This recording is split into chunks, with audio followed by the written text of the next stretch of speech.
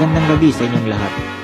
Kayo ay nanonood ngayon ng Magandang Night kahit may araw na.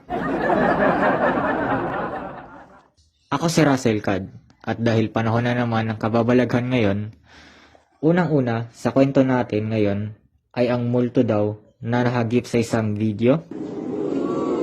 Halina at panoorin natin ito. Ayon sa kumuha ng video, gabi daw noong nangyari ito at ito na, nagpakita ng multo. Ano ang ginagawa niya?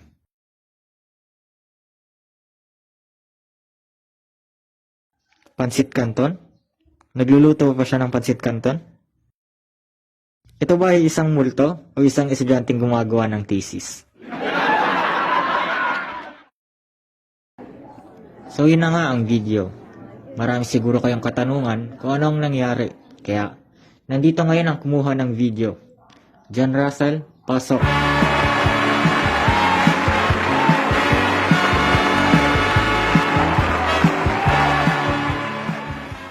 Pero bago muna natin siyang tanungin, tayo muna ay manood ng commercial.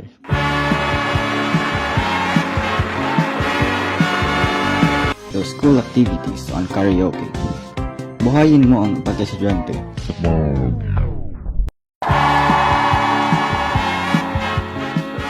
Kumusta? At nagbabalik ulit ang Magandang Night. Ngayon tatanungin na natin si John Russell. John Russell, totoo bang multo ang nakita mo? Hindi ko nga rin po alam kasi nagluluto po ng pansit canton eh. Yung multo na nagpakita sa video. May naisip ka ba kung sino iyon? May kakilala ka bang namatay? What if kung yung kachat mo pala iyon dati? Buhay pa naman po siya. Pero balik tayo sa topic. Paano napunta yung multo sa bahay? Sorry po pero uwi na po ako eh kasi may assignment pa po ako eh.